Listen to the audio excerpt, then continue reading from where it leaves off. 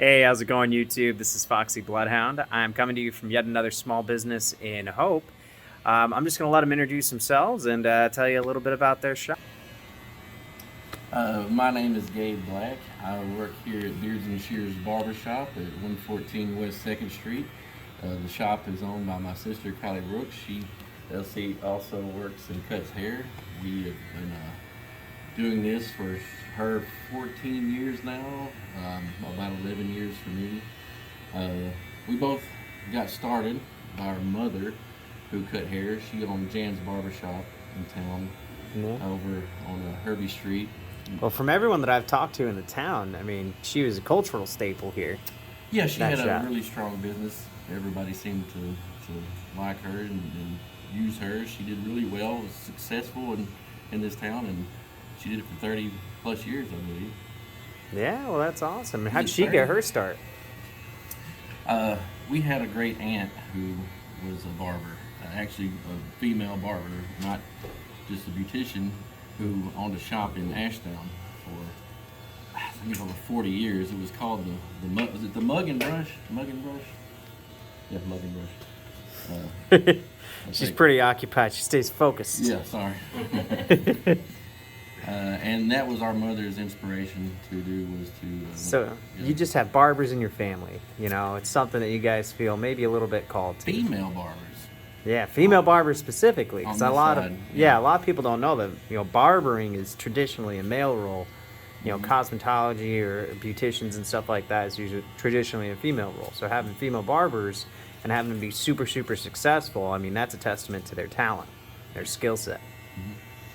Yes, that was unique for them to want to cut men's hair and Yeah. to start doing that. And I think the men in town really liked the woman cutting their hair, so it caught on, it got popular. Yeah.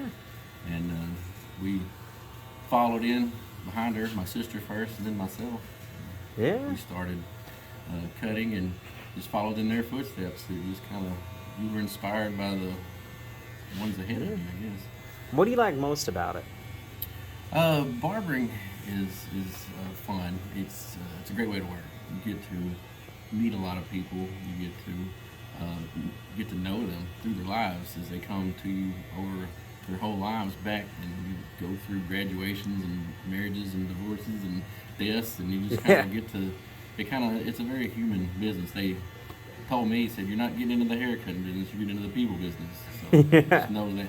And I've had to learn that, and I've learned a lot. You don't think you can learn as much as you can from doing this. Yeah, well, I mean, it's one of those things. I mean, you're just a part of the town's economy. You're part of the town's support system. And, one of the people that a lot of different people talk to, some people that don't have anybody else. So your finger's really on the pulse with what's going on in the town and how people are feeling.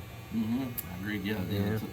Sometimes you're just a person that somebody can come and see and then have somebody in their life. It's cheap counseling. It is cheap counseling. Yes. Charge you $150 an hour for that. Yeah, you could. It's been done before.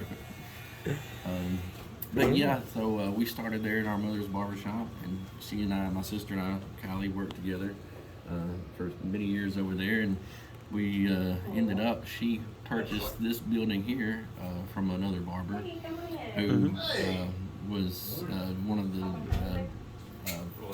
most well-known barbers. We hear about him. His name was Joe Ratliff, and he was a barber here. And still today, everybody that comes in this shop asks and talks about Joe, and he's just sort of a legend in barbering around here. And we just really loved this location and thought it just made a neat barbershop. And so my sister was lucky enough to get the opportunity to get it. It's a very old building. Gotcha. Yeah, I was about to ask what's special about this location, because I know it's got a storied history, and a good chunk of that history is barbering. I think it's been a barbershop most of the time. We've heard a lot of stories about it and what it's been. It's been a beauty shop. It had pink walls at one time. They're still up in the ceiling. I heard it was soft serve ice cream was the first. And Mr. Keith, he's told us about that history. There was one of our customers told us he was doing some treasure hunting and found out this building from some old insurance forms he was going through was maybe more like 130 years old. At least. At least it was. Yeah, because there were pictures of it 130 years ago. So how old really is it? I don't really know. I think Kylie was told 110 when she bought it, and Yeah. he said no, it's maybe a little older than that. So I don't know what all's been in this building. I've heard customers come in and they talk about what they remember in the area and what this used to be. But a lot of things around here has changed a lot. Yeah. Well, the town as a whole is a traditional small town. You know, a lot of the buildings have been here since the town started. And stuff's come and gone and grown over time, but I mean, the original buildings are still here, most of them. And you know, it takes a lot to, she had to kind of revamp the inside of this building. It takes a lot to keep these old buildings going. If they leak, this thing, it rains, you're mopping up. It's and heating and cooling them and just keeping them going. It's a lot of extra work. Yeah, but it keeps them alive. When buildings get shut down, they just really deteriorate quickly. Yeah. I don't know what it is. People living in them, moving in and out of them, it keeps them going a little bit. Yeah, well, there's a lot of truth to there being kind of an energy around it. You know, the soul of a place doesn't die out. I guess so. Yeah. 'Cause, Yeah. I've noticed that when you shut a place down, it really deteriorates quick. Mm-hmm. Oh yeah, superstitious people that believe in ghosts and stuff. They say best way to keep bad spirits out is to keep good people in. Yeah, I'm not superstitious, but I am a little stitious. Is that an Office reference? Yeah. I love that show. I'm not superstitious, but I would say I'm a little stitious. I'm a little. Yeah. That's funny. Yeah, that's the one where Meredith gets hit by a car. Yes. Oh, I can quote that whole show, but that's the fun part. What I like about doing this is you get to just joke and have fun. It's relaxing. I like the corny jokes, so we got a guy that stops in every day and gives us one of the corniest jokes. We love it. What do you call an alligator wearing a vest? An investigator. That kind of stuff, you can't laugh and enjoy it. Silly humor, It's yeah. silly humor. That's great, man. His is usually, why do cows wear bells? I don't Their know. horns don't work. And he comes in and I gotta give him a corny one. It's a back and forth. You gotta have a rat-a-tat. That's fun. That's a it can't good be rat and time. no tat, Yeah, yeah. Man, I could trade corny jokes for a hot minute. I used to do that quite a lot. I'd come up with a new one every day. And my longest consecutive streak of doing a new joke every day was 287 days. Really? Yeah. That's a good record. Yeah. Well, it's my whole first deployment, about 9.5 months, and every day I had a new joke. I don't have a record like that. That's pretty impressive. Oh, yeah. Well, what do you call a bear with no teeth? I don't know. A gummy bear. What do you call a cow with no legs? Ground beef. If he's only got two on one side, it's lean ground beef. And what if he's got 3 legs? With tri-tip. Gotta remember that one. That's funny. That's pretty good stuff, man. Yeah, and I just try to think anything else I could tell you about the business. Well, what about a little bit about yourself? I mean, what pulls you to Hope? What keeps you here? Oh, my family's here. Yeah. And I've worked here, and I've been in the area. I've worked in Prescott for many years and Texarkana some, so I'm new to working in Hope. I've always lived here, and I'm still building up my clientele because I've been working out of town. And, so far it's been a success. They've been treating me very well. My sister was out for having her baby, and I was running shop and ended up. I was just really blessed to think of how many people let me cut their hair in this town. It was amazing. I'm very thankful to get to do it. Yeah, I mean, it's different than in the city. Like in the city, people will go to like a Sports Clips or Great Clips or whatever, and they just kind of get a cookie cutter, whatever it says on your internet profile for what you want. There's not as much personal touch to it, or at least I don't think so. It may be. It's just a different. It's a different culture, because here you know your barber. You talk to them, you know them by their first name, you see them in the grocery store, like you know the person that cut your hair. You don't do, that's not how it is in the city. It's just some random stranger every single time. Yeah, and That's true. Most cities, yeah. We do a walk-in business, and it is. But some people want a barber. Some people just are looking to get their hair cut. Some people want a barber, and they want to come to you and get to know you, and that's kind of what makes it fun to do. Yeah. But yeah, bigger towns, it may be. That's why you get a small town shop. Is where it is. Yeah. Well, I mean, there's a lot of charm in this town, and a lot of it you're not going to see if you're just driving through. I mean, there's an interstate that goes right past Hope. I mean, you might not even stop in this town. It's a tiny little dot on the map. But you'd be amazed at the amount of culture and history that's like crammed into these just a couple of streets. Mm-hmm. I mean, between the rail system coming through here, which is really why Hope is here, the railroad. It was there before anything else. Mm-hmm. And then there was Cotton Row was out here. This was a huge spot for country music stars and bluegrass stars on their way to Tennessee and Memphis.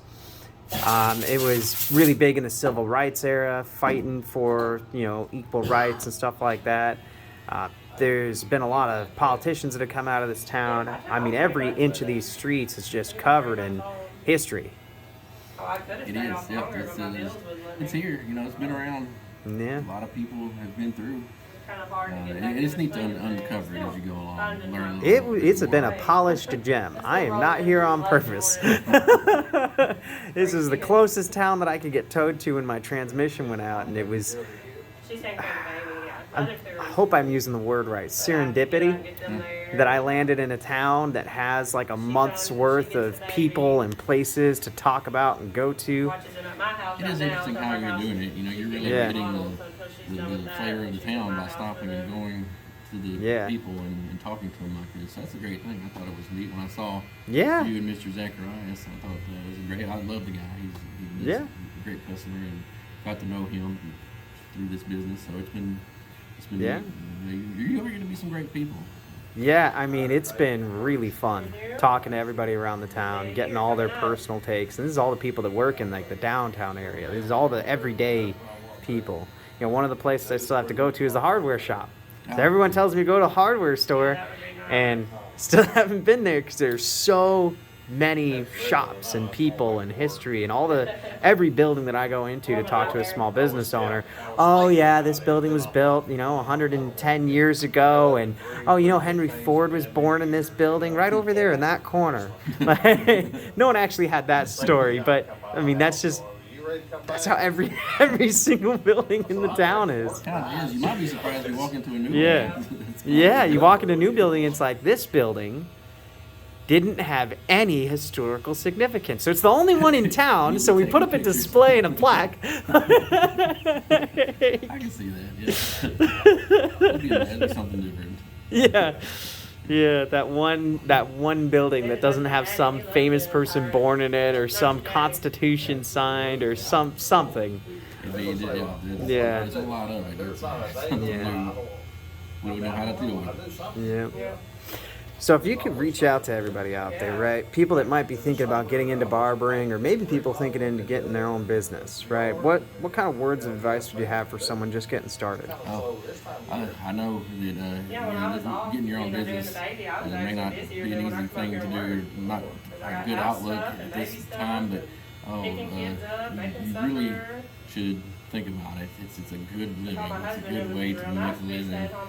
It's not an easy one. You're going to work. You're going to work harder than you would working for somebody. You're going to have to really go the extra mile, because there's competition, and it's not going to be there when you start out. When you get out of school, beauty school, barber school, that's when it starts. Then you've got to build a business, and you just got to be prepared to take on some extra work in the meantime and keep pushing, but eventually it is work. It is there to have. It's great.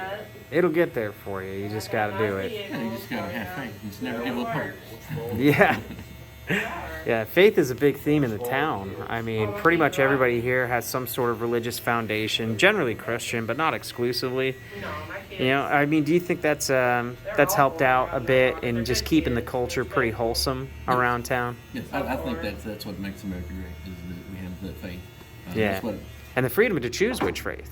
You know, because it can be whatever it is. I know we had I think you were telling me somebody was pretty worried about going to any particular one of the churches because they didn't want to scare off their customers. And it's a small town, so it's pretty easy to do that.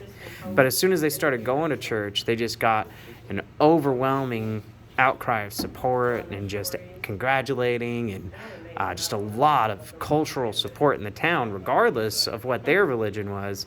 They're just happy that this person found God. That was what they experienced. It wasn't what they thought it would be. Yeah. It was a good thing that they finally went that direction. Well, I think the culture in the town is just to support each other, and they just care so much about their neighbors, and it's like a big family. It's like a really big family. It's like having all your cousins and brothers and nephews and aunts and whatever else all down the street from you all the time. Mm-hmm. It really is, yes. That's a good way to put it. Yeah. I mean, it's just has felt like a family the whole time I've been here. So, very tempting to come out here. Yeah. It's Get a nice spot. meeting you and getting to know you. It's been a good time.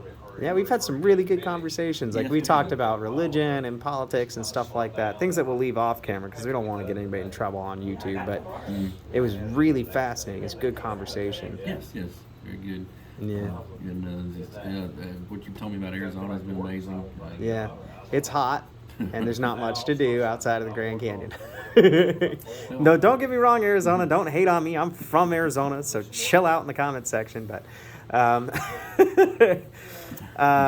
yeah, once you get over the heat, it's a really wonderful place to live if that's your thing. Personally, I'd like it a little cooler than Arizona, but you know, sleeping in below zero temperatures a couple times, I'm done with that forever now. Yes. No thanks, I'm good. Anything below freezing, and I'm not okay with it. Yes, no, I hadn't never been below freezing in Arkansas until here just last year. Yeah? It's maybe low digits, but never sub-zero. Well, maybe not necessarily sub-zero, but below freezing, 32. Yeah. I've never been below zero. Maybe I've been below freezing. Yeah. Yeah, well, it is January. I should have expected. Are you making it okay? I'm doing all right. I got a sleeping bag, and I run the car once a night. But, oh, man.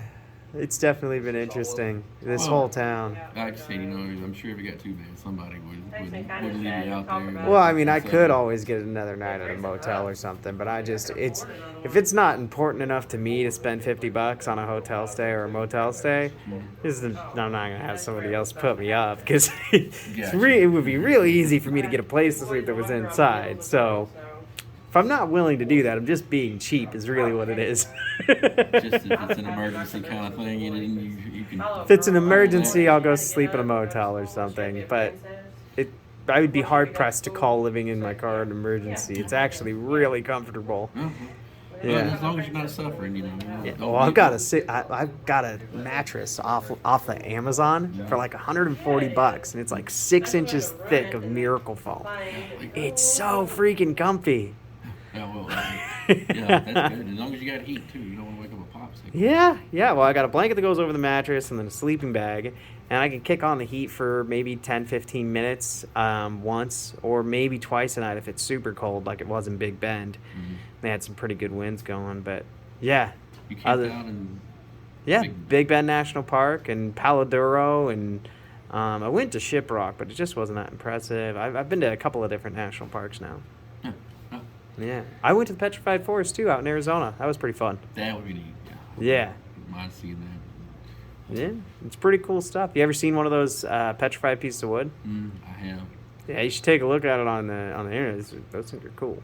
Yeah, I don't see a lot of them. They're rare. I've seen one or two maybe.